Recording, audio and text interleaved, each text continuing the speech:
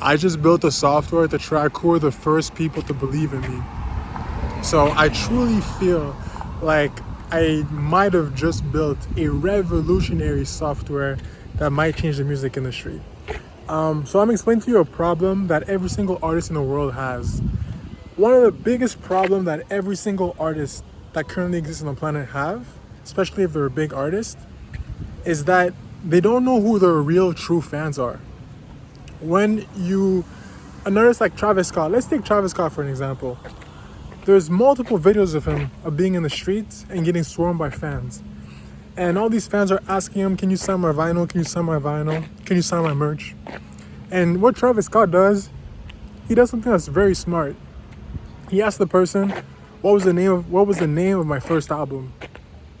And if the person cannot answer the name of his first album, which was Owl Pharaoh, whatever, however you pronounce it, then he doesn't sign it. And the reason why he does that is because his time is obviously valuable, and he knows that a lot of people are just clout chasing, and he does not want to spend his time signing someone's merch if he's not a day one fan. Same thing with concerts. You go to a concert, sometimes the people that are at the front row seat of your concert are not even the most diehard fans. They're just the people that have the most money. So you're performing and they don't even care. They're just there for the experience, but they don't even know all the words like that. It's the people that are in the nosebleeds that know your song word for word. So there's so many issues when it comes to an artist to not knowing who your day ones are. Right? There's so many issues. Let me think of another issue.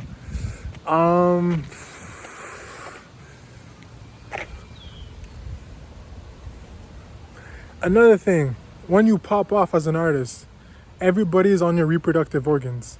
Everybody's on your testes, right? Everybody's like, oh man, I remember when you were nothing. I remember when you were just beginning. I was there from the start. I'm a real one. I was there from the start. But were you though? Probably not. Maybe you're just hopping on the wave because you see that I got motion now. And Jack Harlow got a line where it's like, everybody loves you when it's all put together. And it's true, like when it's all put together, like everybody loves you, right? So as an artist, you actually want to track who were the first person to really rock with you, to really believe in you.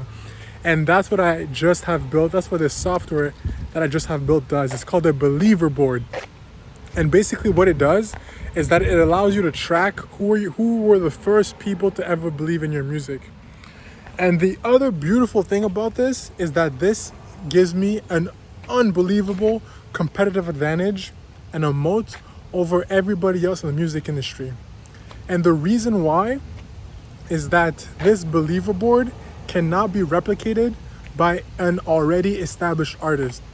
What I mean by that is an artist that is currently hot, that is currently popping. Let's say Travis Scott says, you know what, I want to be able to track who were the first people to believe in my music. I'm doing a website where you can sign up and fuck with me. The order for this, I kind of fucked it up. It's better if I explain to you what the actual thing is, and then I'll explain to you how it's a competitive advantage. So here's how it works.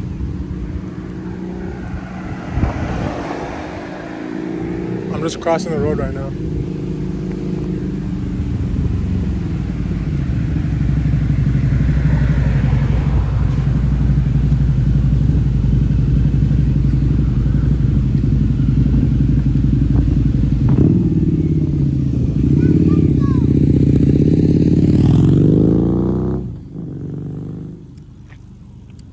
Basically, I'll tell you how I got the idea for this, and then I'll tell you how it works, and then I'll tell you how it's a competitive advantage.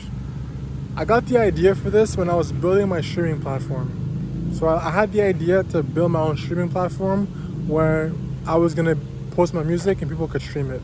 Kind of like Spotify, but just for me. When I was coming up with that idea, I had the idea to include blockchain onto that platform.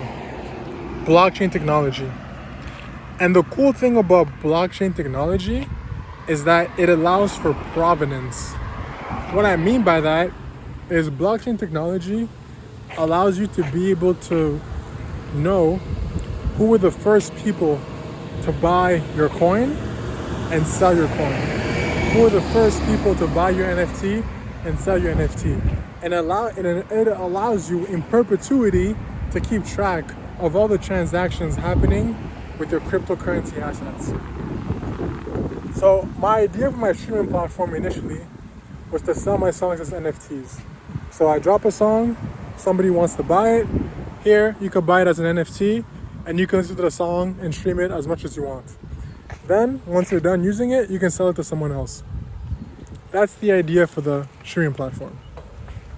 And then later I realized, when watching a Gary V interview, and he was talking about this principle of providence, I realized, wait a minute, on top of selling these NFTs, this is actually something really cool that I can use to keep track of who are the first people to buy my NFTs.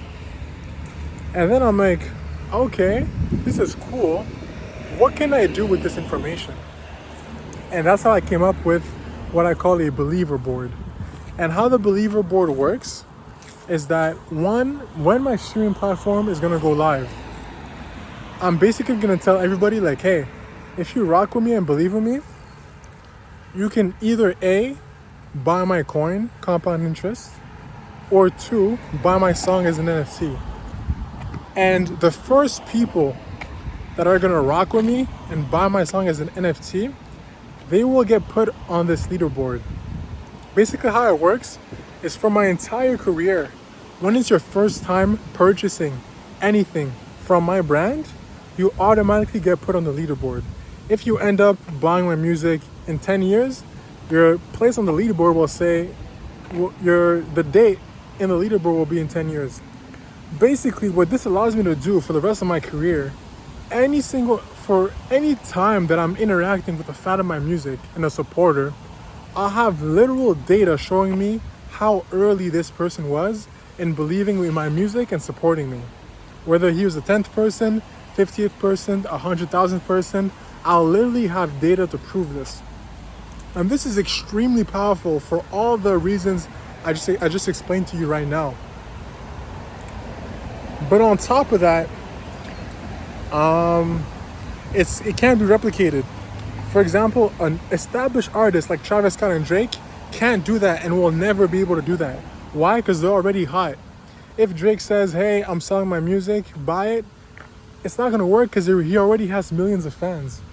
But me, I'm the perfect prototype because I don't have any fans right now. Nobody knows me, nobody likes my music, which means that I'm actually able to build this fan base and to build this proof of who were there early.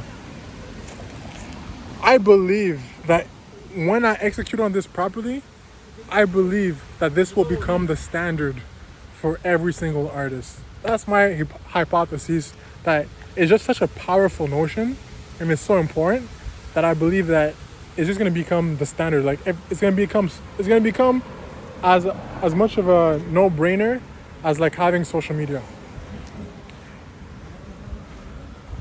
So that's my hypothesis. And also as a supporter, it's like I take pride on being early on artists. I was early on Jack Harlow. I was early on Russ. I was early on Meek Mill.